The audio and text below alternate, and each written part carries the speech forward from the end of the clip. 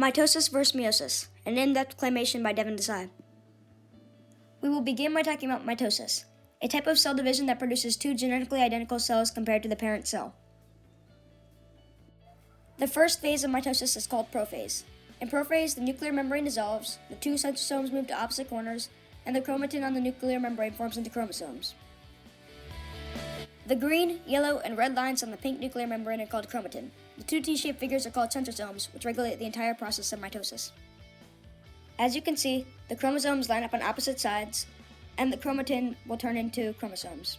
In metaphase, the spindle fibers form attached to the centrosomes, and after the chromosomes line up in the middle, the spindle fibers attach to the chromosomes at their chromatids. As you can see, the spindle fibers are the orange lines formed that are attached to the centrosomes. In anaphase, the chromosomes are pulled apart at the centromere by spindle fibers, and they are pulled to opposite ends of the cell. The middle of a chromosome is called a centromere. The last phases of mitosis are telophase and cytokinesis. The spindle fibers disappear, the nuclear membrane reforms, the chromosomes turn back into chromatin, and a nucleus forms on each end of the cell. The cell splits in two, a cleavage furrow pinches the cell into two, and two identical diploid daughter cells are formed. Next we have meiosis, a type of cell division that produces four haploid daughter cells with a little bit of variation in each. First phase of meiosis is called prophase 1, where the centrosomes line up on each side of the cell. The nuclear membrane disappears, and the chromatin turns into chromosomes. The homologous chromosomes pair up together. Now you are probably wondering why the chromosomes look so weird. This is one of the most important parts of meiosis, where the chromosomes cross over and give each other some of their genetic information, and take the others in exchange. They only take the part they gave to the other, so if they gave the other chromosome the info for eye color, they get the info for eye color back in exchange. This allows for variation, so you want a clone of your parents. The next phase of meiosis is called metaphase 1, where spindle fibers attach to the centrosome, the homologous pairs line up in the center of the cell, and the spindle fibers attach to the chromosome pairs.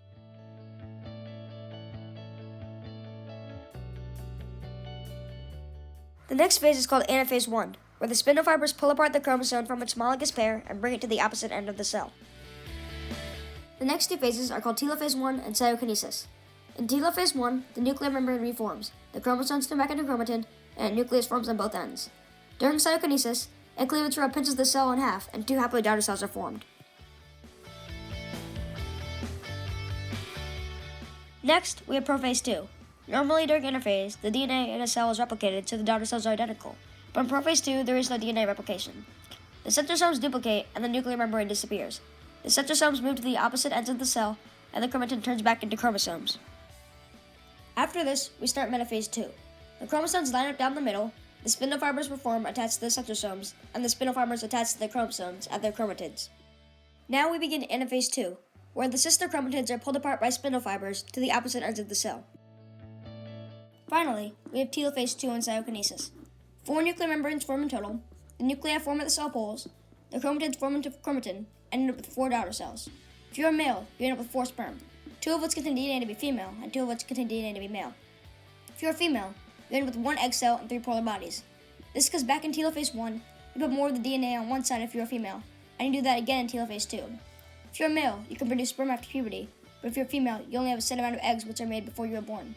While humans cannot use the three polar bodies for anything, plants can fertilize it, turn it into endosperm, which are starchy wheat we put into food.